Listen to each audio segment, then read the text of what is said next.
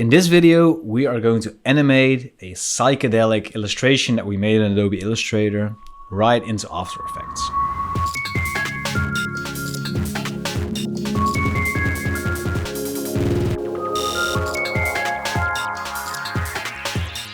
Dreadlabs. What's going on, everyone? My name is Tom from Dreadlabs and I'm a visual artist and graphic designer. And in today's video, I want to show you my workflow of animating something that I made in Adobe Illustrator or in Adobe Photoshop for that matter, and how I go about animating this in After Effects. So before we start off, I just wanted to let you know that you can get the project file for this video in the link in the description down below. Without any further ado, let's dive straight into the video. Okay, the animation we're gonna do from scratch, but I made this quick illustration in Adobe Illustrator using some basics of shape building basically. And if you want to make something like this, I highly recommend you go check out some of the basic Illustrator tutorials that I have on my YouTube channel as well. Let me just delete these basic colors for now. And let's prepare this to be animated in After Effects. So something that's good to know is that the width and height of my project here, the artboard, is 1920 by 1080 pixels. I'm going to have the same size in After Effects as well. So before we start out, I want to determine what the movements and animations are actually going to be when animating this, of course. One thing that I had in mind was rotating this sun here like this. I wanted to move these rectangles slowly upward. I wanted to switch these colors around so that this blue one becomes orange and this orange one becomes blue and vice versa. Maybe animate some parts of the gradient in here. Move the eye from left to the right. So I guess kind of something like this, I guess, and spin these things and move them up to the bottom and the top. So without any further ado, let's get started. So the first thing that I want to do is export all of the things that I'm not going to be animating. So in my case, I want to group the eye here. I'm going to group the sun right here. I'm going to group these discs right here. Essentially everything that you want to have as a separate export, let's just group that together. So one part that will stick the same is this archway here with this top banner. And if we group that together and drop all the way to the bottom, I think this should be ready for export together with this background here. So let's drop that into the group as well. Let's group these squares together. And one thing I'm actually not really sure of is if we select everything, you can see that there's a slight stroke around my image here. And thinking about it, I kind of want to remove that, I think, because that feels a little bit less digitally drawn, I guess. Looking at it now, the archway is of course not in front of this part right here. So now I think it works. The triangle ones, these are already separate elements, but I think we can just drop these into the background as well. So looking at it right now, we have our background, which is everything that you can see right here. And these are all these separate elements that we're going to be animating. So the way I'm going to export this is with the asset export window. You can find this under window, asset export. And if you're doing this in Photoshop, you can just right click on these separate layers in your layer menu, right click and then click on export as. So let me just select everything and drop it in here. And as you can see, we already have everything ready. So I'm just going to rename everything and I'm going to remove any duplicates that we have because that would save a little bit of space on our drive. Now we want to select all of these, make sure that they're at the just one-time scale and PNG 8 so they'll be transparent, and then click on export and we'll make a new folder called assets. And we'll export this. Now let's make a new project in After Effects with the same size as our composition. And let's make a new folder in our project bin called assets and import it so everything will be neat and clean. Especially with these kinds of animations, things can get out of hand a little bit quickly in terms of organization. So I tend to really organize my folders and stuff like that while I'm working rather than doing it all in the end. Anyways, let's drop in this background for now. And an easy way to determine where everything has to go, because if we just drop everything in right now, it's going to be in a random spot, is if we go to Illustrator and select the group that we want to affect and make sure that in the properties, the anchor point, the reference point is set to the very middle here. And if you look next to that, you can see the exact X and Y positions. So in this case, our sun is positioned at Y 1080 and X 960. So if we go to that in After Effects, let's click on the position of the sun. So we'll press P on our keyboard and the X is already at 960, of course, because that's the center. And the Y position was 180 and there you go. So let's do the same thing with the eye, which will be at the very top. And this will also be at 410 pixels and 960 ISO. Let's drop the eye to the top. 410. Let's see what the left part of the switching squares is. And that's 360 by 630. And we're going to do this for all the remaining elements. And all that's left now are the duplicates. So let's duplicate the disk as well as the switching squares. And you can do that by pressing Ctrl or Command D on your keyboard. And let's change these positions as well. And there we go, we now have our composition in After Effects. The first animation that we're going to do is actually fairly easy, which is the sun. Let's just remove all of these elements, and the sun, we're going to press the letter R on our keyboard to animate the rotation. So we'll click on the stopwatch right here. We'll move our timeline cursor all the way to 10 seconds, and let's make this rotate a full 360 degrees or one rotation in 10 seconds. If we play it, it's maybe a little bit too fast, so what we can do is do 180 degrees. And I just want to make sure that this actually loops properly, and it does. That's nice. So the next thing we're going to do is animate the discs. We're going to also spin these maybe a little bit faster and in the negative direction, so we'll press -1. And since this thing has not as many tentacles as this one, it appears to be rotating a little bit slower, which is a good thing. Now let's press P on our keyboard to bring up the position again. And what I want to do is I want to separate the X and Y dimensions for now. And the reason for that is because I want to have some full control over the easing of the Y positions. So let's select both of these Y positions and then click on the stopwatch. And I kind of want to move these down here. So they'll be, I think under 990 would be great. And I actually want them to be at that position at 5 seconds and then go back to position 90 at 10 seconds. So now they will be moving down and upwards. And these are moving a little bit too static in my opinion. So I want to select these. And with them selected, I'm going to click on the graph here and then just select all of these points and click on Easy Ease. Make sure that both of them are also here on the Easy Ease selection. So you should have something like this. And what I want to do now is select the two endpoints and draw out this handle right here. And this should have a more natural looking animation in my opinion, as you can see right here on the screen. Alright, so 2 down. And to make things easier for ourselves, what I'm going to do is select the discs and the sun. And I'm going to toggle the shy button here. And now if we toggle on the shy button here, this will hide all of our shy layers, making it a little bit easier to work in our space. So that's a little bit less confusing, I guess. And now that I realize it, we actually exported the eye wrong because we wanted the pupil to move as well. So what we're going to do is we're going to select the eye and we're just going to group this together in a separate space. So we're going to name the first part I1 and we're going to drop in this thing and we'll call this pupil. We don't actually need to name this I1, I guess. And let's select both of them and export them again. And we'll replace the eye. So this will automatically be replaced. And we're going to also import our newly made pupil and drop that in. Just make sure what the Y position of this is, and it's 410. So let's change that real quick. And I kind of want to have this eye like look from the left to the right. So again, I'm going to separate the dimensions and click on the X position here, and around 2.5 seconds. If my frame rate set to 30 frames per second, as you can see right here in the composition settings. And I want to move this maybe, let's see, 100 pixels to the left here, and then around 715, which is around 3/4. I want to have it move 200 pixels to the right, and then again back to the middle here. Let's select all of these keyframes again and see what we can do with the easing. So again, we'll toggle Easy Ease and let's see what that looks like.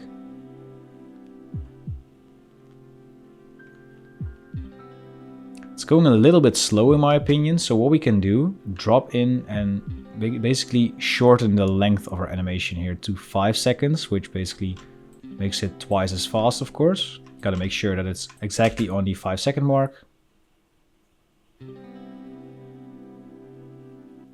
And if we want to loop this, what we can do is just hold Alt or Option on our keyboard on the keyframe animation. And then under the expression type loop out. And now it will repeat itself. So we don't have to make the second keyframe animation again. And if we now change this, the loop will automatically change as well. So let's say, for example, that we want to have this even faster. Let's maybe a little bit too much, but if we want to move this to 2.15 so that it will do a cycle of 4 eye movements in 10 seconds. Let's hold Alt or Option on our keyboard with all of the keyframes selected and move this inwards.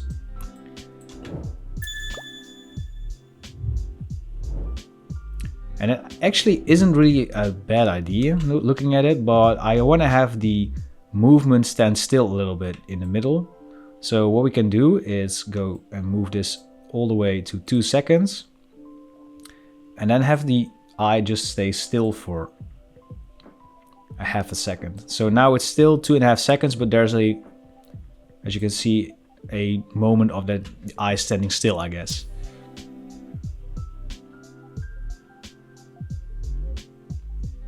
And it's maybe just a little bit too much. So what we can do is maybe we'll lengthen this out. What we can also do is play around with the length of our composition, make it 12 seconds, for example. I think mine will not for now work all right if we just do it like this. And maybe play around with the easing a little bit more. See what this does. It's a little bit weird, so maybe something like this.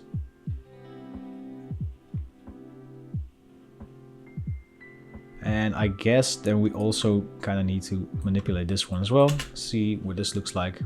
Looks a little bit more human and it's kind of shifty, kind of like that. So now we can also make our pupil shy and the eye as well. And now there's 4 left. We can actually hide the background as well because we're not really going to do something with that, I think. Now with the triangle bars, I kind of want to try something here. And this is going to be a little bit experimental, so bear with me. For the left one, I'm going to right click and click on pre-compose. And we'll call this triangle bar moving. And if we double click on the composition, you can now see that the triangle bar is just empty in a 1080p composition. But I actually want to move this composition to the size of our triangle bar, which is 90 by 900 pixels. So I'm going to press Control or Command K on my keyboard to bring up the composition settings, which you can also find by clicking here. Where are they? Here they are. So I'm going to make this 90 by 900 pixels. And we're going to align our triangle bar to the middle of our composition. And going back into our comp, we have to remove this to where it once was standing, I guess. That's 225 by 630. There we go. All right, so this thing is 900 pixels long and there's 10 triangles. So that means that every single triangle space is 90 pixels. So let's go into the position tab here. You know what we're going to do? We're going to just have this thing move 900 pixels to the top. So like this. And it was standing at 450 just now. So let's just really easy do minus 900. And now this is out of our screen, of course, but we can easily make a duplicate with the Reptile. So under Effects and Presets, use CC Reptile and expand this 900 pixels down. And now there's basically a duplicate of what we just had. So now if we take a look at this, let's make sure that it's actually seamless. And it is awesome. So now we have this moving part and we kind of want to have that in the other direction as well. So what we can do is let's just leave this thing here for a second so we can copy the positions. Let's make a duplicate and we'll make this 1695 by 630. These need to be mirrored, of course, and the easiest way to do that is by going to the scale. Let's click on this constraint proportions, and if we just do minus 100, this will be mirrored like that. So the triangle bars, we can simply remove the still one and hide the other two. So now the only thing that we have left is the switching squares. And this is actually maybe a little bit annoying. We have to go back into Illustrator again and actually going to export 2 of these squares separately. I guess you can also just make these in After Effects as well, but since this base still art is made in Adobe Illustrator, that's what we're going to be working with. And let's call this square blue and the other one square orange. And let's check out the full height of this square bar, which is 180 by 900. I'm going to make a new composition that's also that same size, 180 by 900, and we'll call this switching squares. And let's import these squares that we just made in Illustrator and drop them in. I think the blue one was on top, as well as in the middle and as well as in the bottom. And the orange one was just in the middle of that. There we go. All right, so looking at this, I'm actually going to pre-compose this again and call them square row. And I'm going to go into my project folder here and I'm going to find square row, and I'm going to duplicate that and call this square row 2. So in square row 2, we're going to basically switch the colors of the squares. So with square blue all selected in square row 2, hope you can still follow this. We're going to select our orange square in our assets folder, drag it in and hold Alt or Option on our keyboard, and this will replace the blue squares with the orange one. And we're going to do the same thing with the blue one. So we're going to select the orange squares and hold Alt or Option and drag in the file for the blue square in here. All right. So now let's drag in square row number 2, which is the opposite, as you can see. And now we're going to make a simple switching animation. So let's grab the position of both of these two. And I think because I want to experiment with easing again, let's separate the dimensions and animate the X position. For now, what I want to do is make sure that at the very first second is that our square row will be just outside of the window. And this will be at an X position of 270, and that's just because the width of the composition is 180 plus 90. So let's go and move our cursor to 1 second and select our X position and just do minus 180. And if you have a different composition size, this is just minus the size of your composition. I'm going to do the same thing for the top one. And let's move them back to where they were standing, so 990 and 270. And let's loop both of these again with holding Alt or Option on our keyboard while clicking on the stopwatch and then typing loop out in the expression with 2 parentheses behind it. And this will give you something like this. So let's select both of these and press the letter U on our keyboard, which will just clean up our workspace just a little bit, and select both of these guys. And yeah, we're gonna make this movement just a little bit more organic, I feel like. Let's see what the easy easing already does. Already does a lot, so I think we're gonna just do some easing on the outer parts. So let's just select both of them like this and just drag in these 2 sliders, kind of similar to one of the first easings that we did in this video. There we go. Let's click away the triangle bar moving and go back in here. And what we can actually do now is go to the switching squares, select both of them and replace those with the switching squares composition. And this is what it looks like now. And again, if you want to mirror this, I think what I want to do instead of mirroring this is, well, actually we can just simply mirror this, I think. Let's just do this with the minus 100 scale again. It looks symmetrical now, which is cool. Yeah, I kind of like this. I want to keep it symmetrical looking at it now. So to finish this off, all I want to do is add some grain in here and maybe play around with the gradient of these pillars right here. So looking at it now, I think we're going to export these pillars separately as well. And I actually just need one. So let me just select one and call this gradient pillar. We can export this as well, and we're going to be dropping that in After Effects as well. Make sure that it's in our asset folder, and let's move this all the way to the top while we can also hide the switching squares. And the easiest part about these ones is that it can just be aligned with the align here at the bottom. If you cannot find this, you can go to Window, Align here. Now we need to unshy everything because these pillars need to be behind the discs, otherwise they won't be visible. The next thing I want to do is see if we can animate this gradient somehow.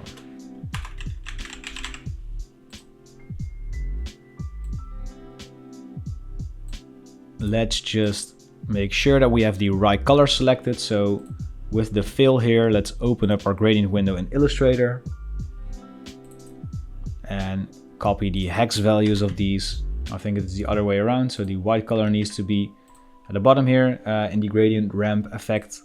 And I'm also going to copy this red color as well and put that in the top. And the actual position of the gradient is just a little bit lower. So I'm going to do just that and have the start of the ramp be at 450 pixels, which is in the middle. So we can animate this in a couple of ways. We can like move the position of the gradients around the gradient points, like have them move upward, for example. Let's test that out real quick, see what it looks like. Click on the stopwatch for the start of the ramp and the end of the ramp. And let's move these like a half composition upwards. So if you remember, our full composition height is 1080 pixels, as you can see here, because the green part is exactly at the bottom. The middle part is exactly at 540. So let's just animate this to 0 and this one to 540. And with the gradient pillar selected, let's click on U and just copy these two keyframes and have it go back like this.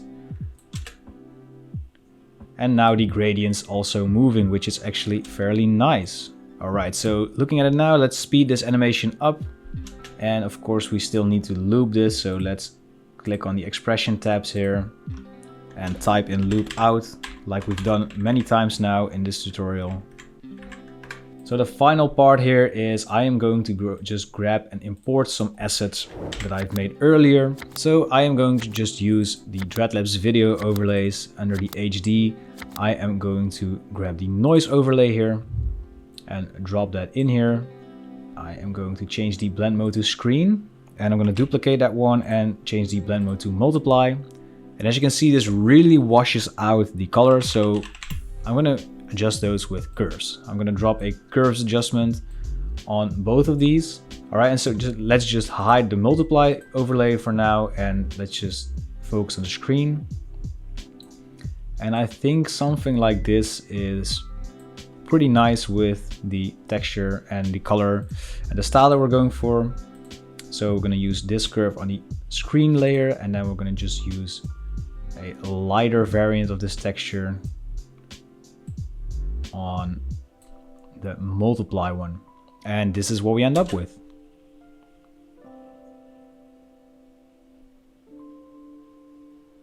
So there you have it, guys. A still illustration from Adobe Illustrator, fully animated into After Effects. I hope this tutorial taught you something about the basics of After Effects, and I hope this encourages you to create animated versions of your still work, if you are interested in that, of course. If you want to get the Illustrator and After Effects file for this video, the link will be in the description down below. That will lead you to my Patreon, where I have loads and loads of PSD, Illustrator and After Effects files from all of the tutorials on my channel. Speaking of my channel, if you're interested in more tutorials, don't forget to subscribe to the channel and like this video, because that will boost my videos in the algorithm.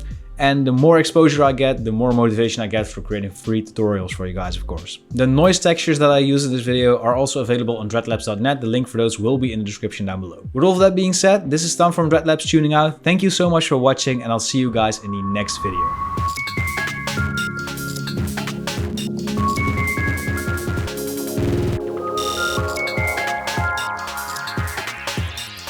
Dreadlabs.